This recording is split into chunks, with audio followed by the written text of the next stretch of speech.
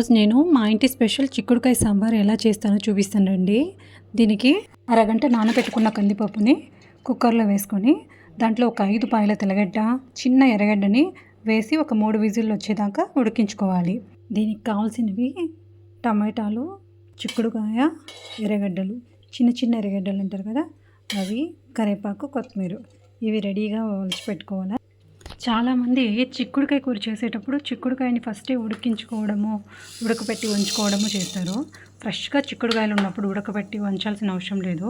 ఇప్పుడున్న బిజీ టైంలో మనం పప్పు పక్కన పెట్టి ఉడుకుతూ ఉంటేనే తిరుగుబాతు వేసుకునేసామంటే పప్పు ఉడికే లోపల తిరుగుబాతు కూడా రెడీ అయిపోతుంది.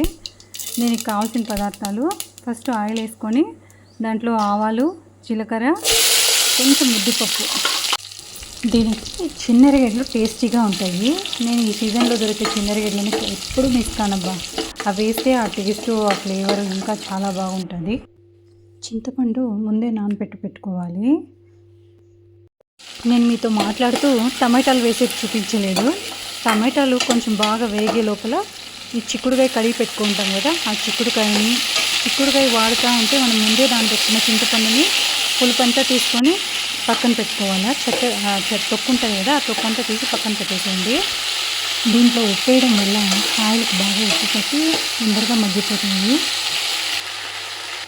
మనలో చాలామందికి మునక్కాయ సాంబారు, ముల్లంగి సాంబారు, దోసకాయ సాంబారు, తర్వాత వచ్చి గుమ్మడికాయ సాంబారు, ఇవి మిక్స్ వెజిటేబుల్ సాంబారు ఇవంటే చాలా ఇష్టం ఉంటుంది.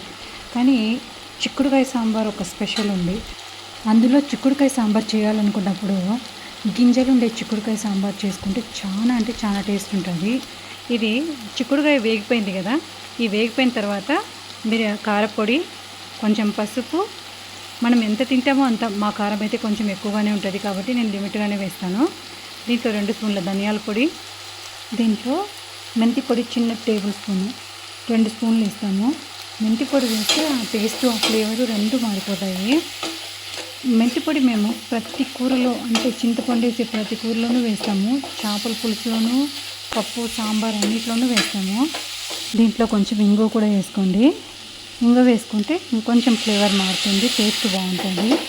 కానీ సాంబార్ పౌడర్ మాత్రం వేయద్దండి. ఈ కూర ఇలానే చేసుకోండి, చాలా అంటే చాలా బాగుంటుంది. చిక్కుడుకాయలు బాగా మగ్గిపోయినాయి.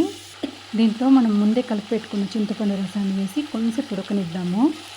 ఇది ఉడికే లోపల ఈ వీడియో కన్నా మీకు నచ్చితే ఒక లైక్, సబ్స్క్రైబ్ చేసుకోండి. పప్పు ఉడికిపోయింది.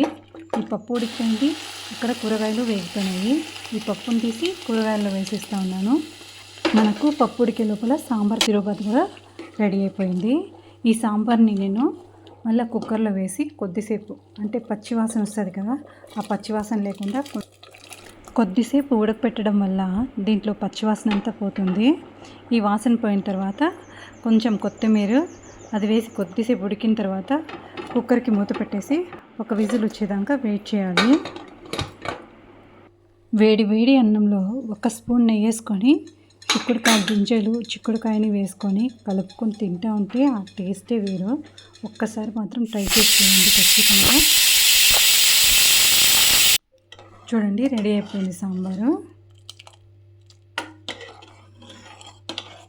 ఈ సాంబార్ మీకు నచ్చినట్టయితే ఒక లైక్ అండ్ సబ్స్క్రైబ్ చేసుకోండి.